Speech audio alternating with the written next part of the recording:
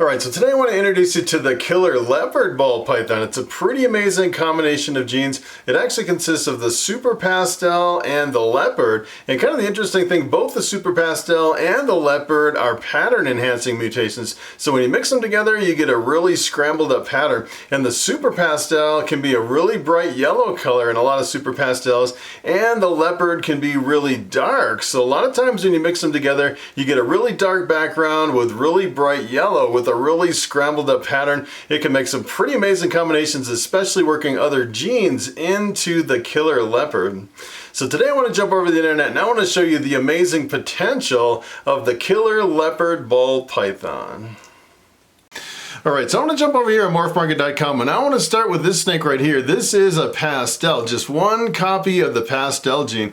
And I'd say when most people think of a pastel, they think of a yellow colored snake. And the pastel is co-dominant. So if you actually take a pastel, you breed it to something else, half the offspring come out as pastel. And I'd say most pastels do have some pattern reduction to probably a lesser extent than some of the pattern enhancing genes. Just one copy of the gene. I've actually seen some pastels that have a pattern almost exactly like a normal ball python, but usually you can tell it's a pastel from the bright yellow color. And a lot of times the pastel, it can jumble up the pattern a little bit, but if you really want to jumble up the pattern, you make the super pastel. So if you take a pastel and you breed it to another pastel, 25% of the time you get a super pastel, and this is what a super pastel looks like. And look at how jumbled up the pattern is on this.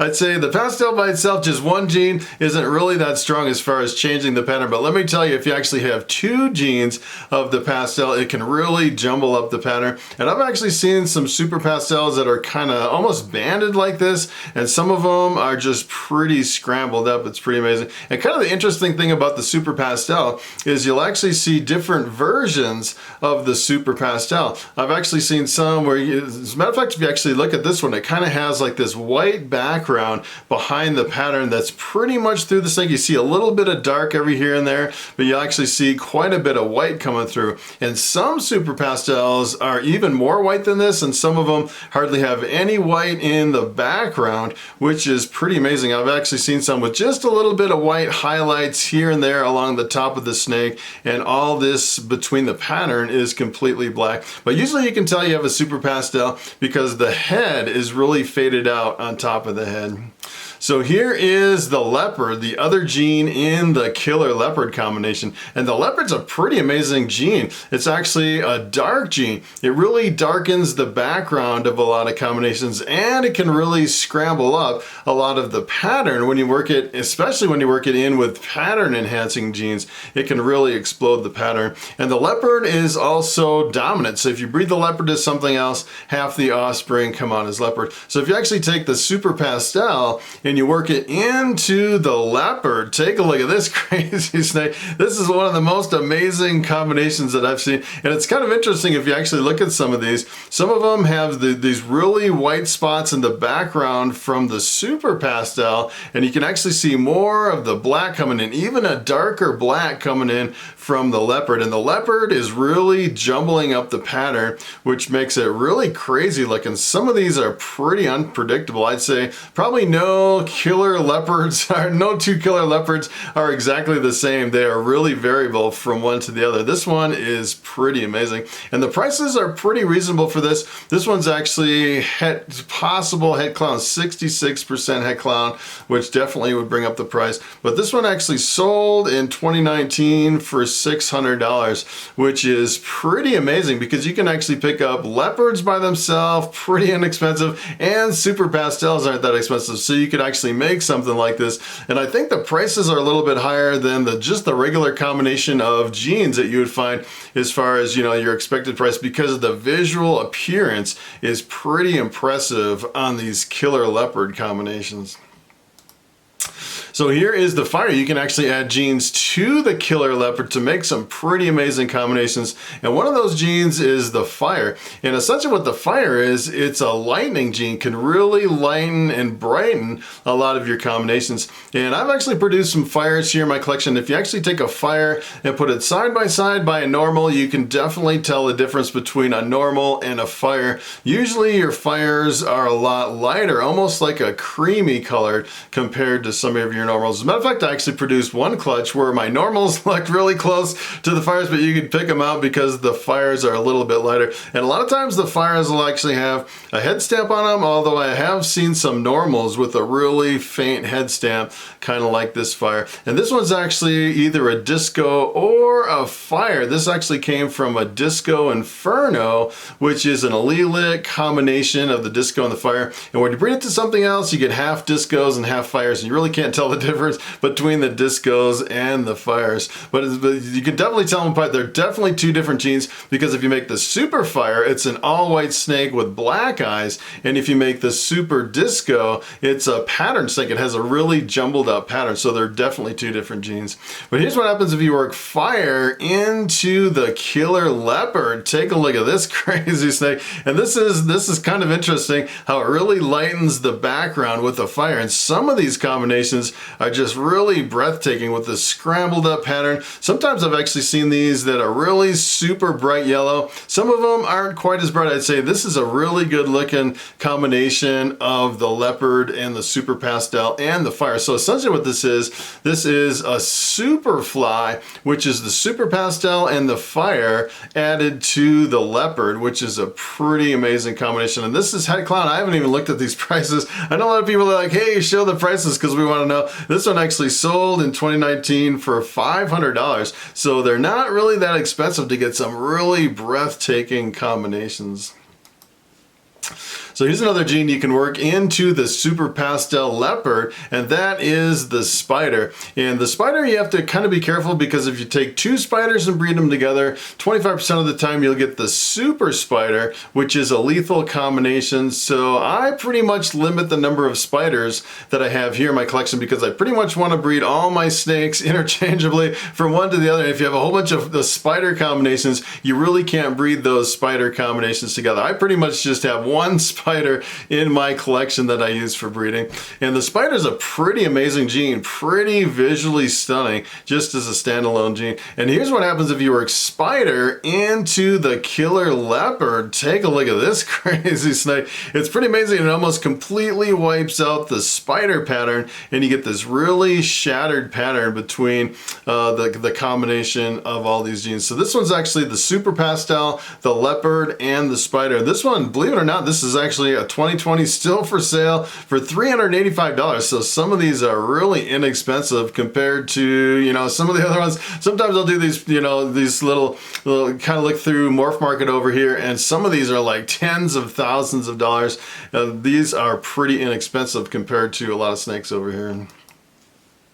So here is the lesser. The lesser is pretty interesting too, because the combination of the lesser and the leopard a lot of times will give you really strong striping down the back of the snake. And the lesser is pretty awesome just by itself. It's really bright and flashy. It's actually in the blue-eyed leucistic complex. And I'd say as far as producing white snakes, the lesser is pretty much the king of combos when it comes to blue-eyed leucistics. You can pretty much mix any gene with the lesser to make an all-white snake with blue eyes. So for example, you can actually take the lesser and breed it with a mystic and get the all-white snake with the blue eyes, versus if you actually took the mystic and crossed it with the Mojave, you would actually get a mystic potion, which is a purplish colored snake, although a lot of people consider that a blue-eyed leucistic. It's actually, both genes are in the blue-eyed leucistic complex.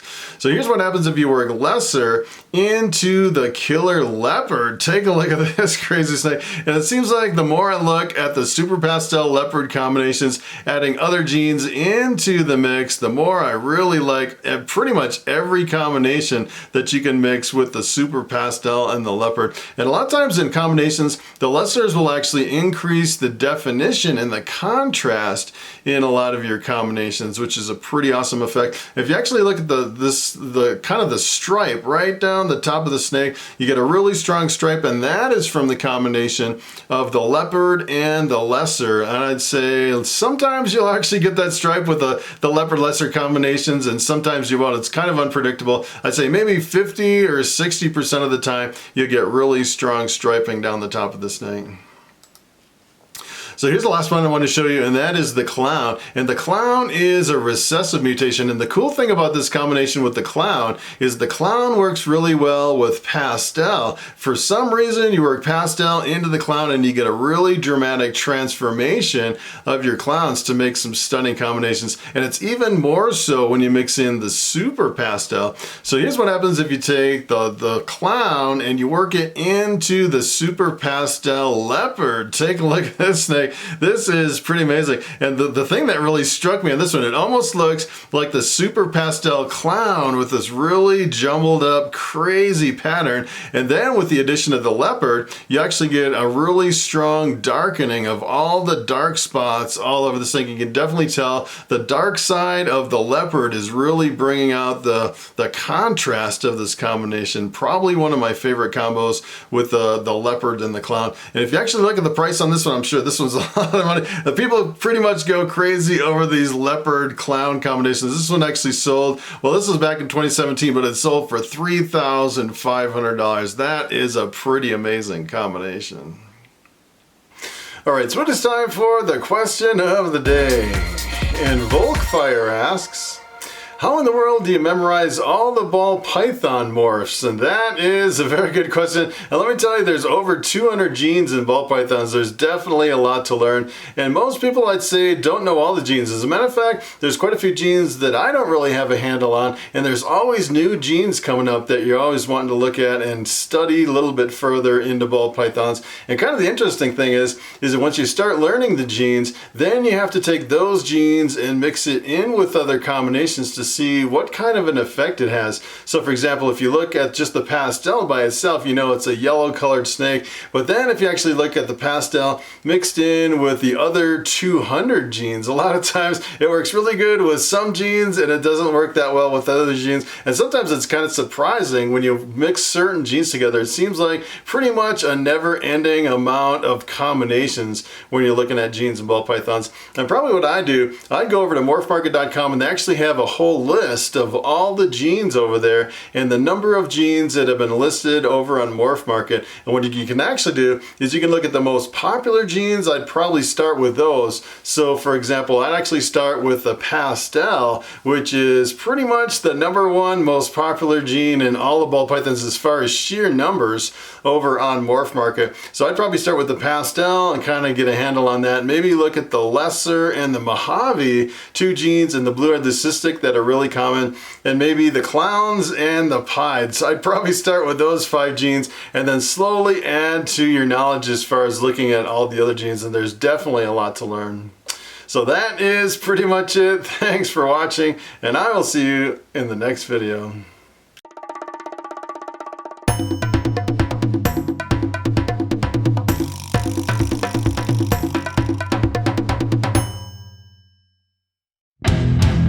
Mm-hmm.